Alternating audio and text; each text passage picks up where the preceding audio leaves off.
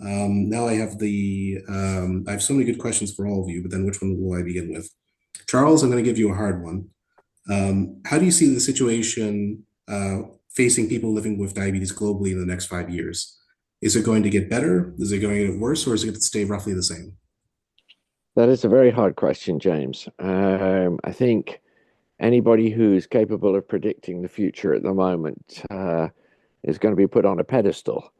I think in the last 3, 4 years, lots of things have happened that no one foresaw. Um, I think there are probably some positives. I do think that the more that community voices are heard, the opportunities there to really shift the dial from all of us, I think is really important. And we get better at it as we learn, and I think that's all going in the right direction. On the other hand, the continued push for affordability will eventually, you know, make more progress. We're still a long way from where we should be. We're working at the moment on trying to get licenses for some drugs for diabetes right now. I can't go into details because we're in discussions with the companies, but that would be very useful, and maybe we're able to bring the prices down very significantly for low and middle income countries.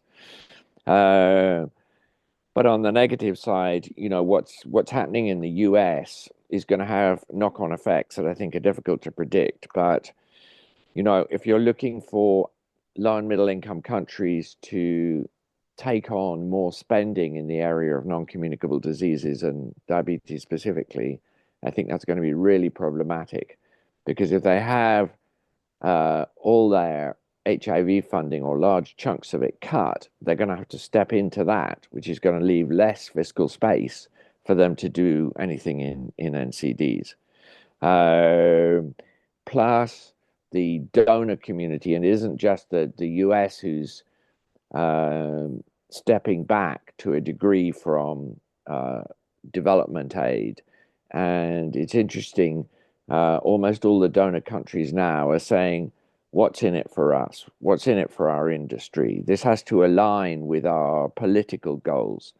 Um, you know, the with the US putting development aid into the State Department. I mean, that's par for the course nowadays. The UK did that some years ago, and I talk a lot to governments about overseas development aid, and they're virtually all retrenching in one way or another. So, from the sort of macroeconomic point of view, this is not a good place to be in. Therefore, it's much more at the microeconomic level that we have to make things change.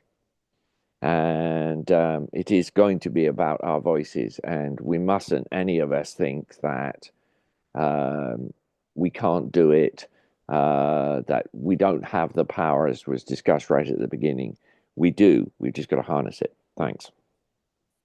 Okay, thank you, Charles. A lot of good points there. Some depressing, but some honest and some hopeful as well.